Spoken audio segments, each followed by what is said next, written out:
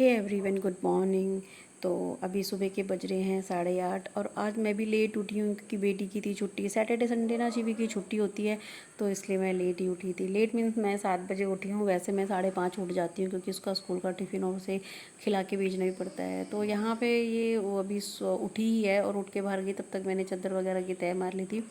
और फिर मैंने अपने बाल बना लिए थे क्योंकि अभी मैं नहा के आई, तो शिवी के उठने से पहले मैंने नहा लिया था।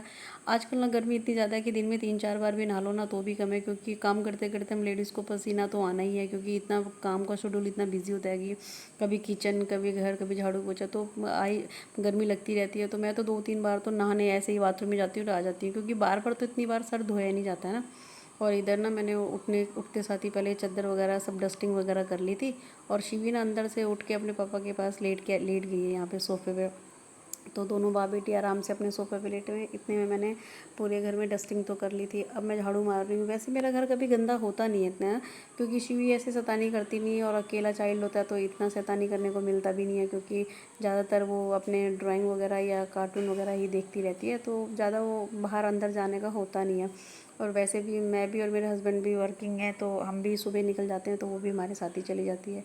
तो मैं एक दिन में ना आपको सच बता रही हूँ कि 2-3 बार तो मेरा झाड़ू पोछा लगता ही लगता है, क्योंकि एक बीमारी टाइप हो जाती है ना, किसी को होती है कि ज़रा सा भी पैर पे कुछ लगता है तो दिन में 2-3 बार मैं झाड़ू कभी करती रहती हूँ, क्योंकि इससे ना मुझे लगता है कि ये साफ़ हो जाएगा। अगर मैं एक बार झाड़ू मारूंगी तो मैं पोछा तो ज़रूर ही मारूंगी।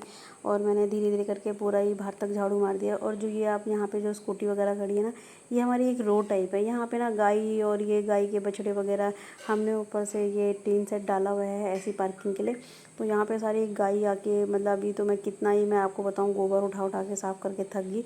ये खाना भी यहीं पे खाती हैं, इनको खाना भी देते हैं, फिर भी यहीं गोबर करके चले जाते हैं, तो वो भी साफ़ करना पड़ता है। और अभी मैंने झाड़ू करके अब मैं पोछा लगा रही हूँ।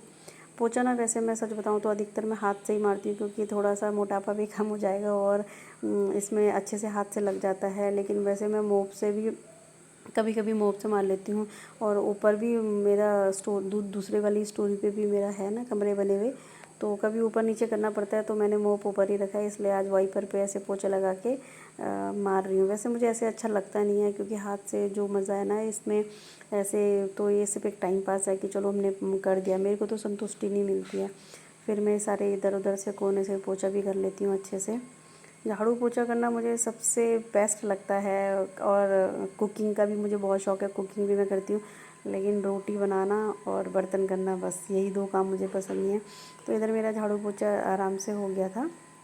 और शिवी बहुत देर से कह रही है कि मम्मा मुझे भूख लग रही है, मुझे नाश्ता दो, क्योंकि 11 बज गए थे और लेट उठने का बस यही रहता है। इतने में शिवी भी नहा ली थी और मैंने कहा चलो बेटे अभी बनाती हूँ। और मैं बाहर में आंटी के साथ गप्पे मारते हुए, बगल में आंटी हैं तो उनसे गप्पे मारते हुए मैं ये आलू को मैश कर लिया था मैंने, क्योंकि अभी पराठा बना रही हूँ शिवी का और शिवी के डैडी का।